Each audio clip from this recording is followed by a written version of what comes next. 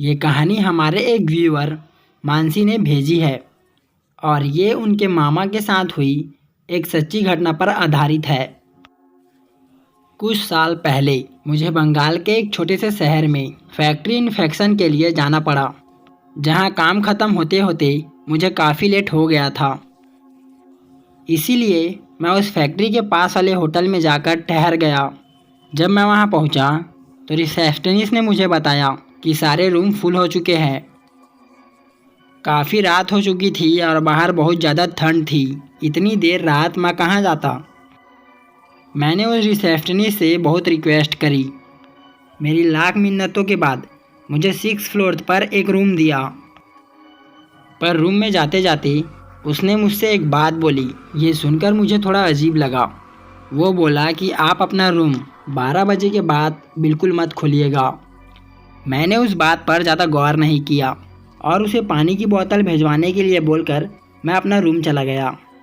मैं इतना थका हुआ था कि मुझे कब नींद आई मुझे पता ही नहीं चला। मैं सो ही रहा था कि मेरे रूम में ठक ठक हुई। मुझे लगा कि फाइनली पानी की बोतल आ गई। मैं उठकर देखा तो कमरे में एकदम अंधेरा था और शायद होटल की लाइट भी चले गई थी। जब मैंने दरवाज़ा खोला तो मैं नींद में ही था, तो मैंने टाइम पर ध्यान नहीं दिया। दरवाजे पर एक आदमी था जिसका पूरा मुंह एक सफ़ेद शॉल से ढका हुआ था। उसके एक हाथ में लैलटेन थी और दूसरे हाथ में पानी की बोतल। जैसे ही मैं पानी की बोतल लेने आगे बढ़ा, वो आदमी थोड़ा पीछे हो गया और होटल की बालकनी की ओर चलने लगा।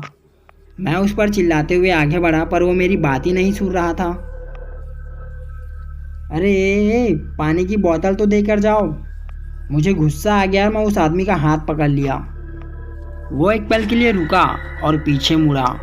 जैसे ही मैंने उस आदमी से पानी छीनने की कोशिश करी, वो आदमी मुझ पर ज़ोर से चिल्लाया और उसके मुंह से शॉल हट गई। मैंने जो देखा वो देखकर मैं हक्का बक्का रह गया। उस आदमी की दोनों आंखें नहीं थी और सर ऊपर से खुला हुआ था और पूरा चेहरा जला हुआ था।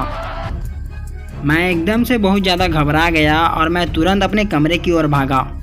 मैंने देखा कि घड़ी पर 1:30 बज रहा है। तब मुझे उस रिसेप्शनिस्ट की बात याद आई। तभी मेरे रूम में वापस ठक ठक हुई। मैंने इस बार दरवाज़ा नहीं खोला और रिसेप्शन पर कॉल लगाया।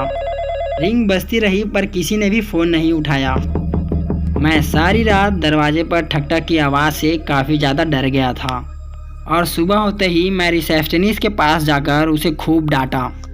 तब उस रिसेप्शनिस्ट ने मुझे बताया कि कुछ साल पहले रात के 12 बजे के बाद होटल के 6th फ्लोर पर एक आदमी ने खुद को जलाकर सुसाइड की थी, जिसके बाद से उस आदमी की आत्मा 6th फ्लोर पर भटकती है। उस रूम में रुकने वाले लोगों में से कुछ लोग 6th फ्लोर की बालकनी से गिरकर मर भी चुके हैं और इसीलिए वो 6th फ्लोर का कोई भी रूम किसी को अलाउड नहीं करते। ये सुनकर मैंने खुद को खुशनसीब माना कि मैं ज़िंदा हूँ और सुबह सुबह ही मैं उस होटल से निकलकर अपने घर आया। मुझे आज तक घर में 12 बजे के बाद घबराहट महसूस होती है और उस आदमी का डरावना चेहरा मुझे रात में सोने नहीं देता।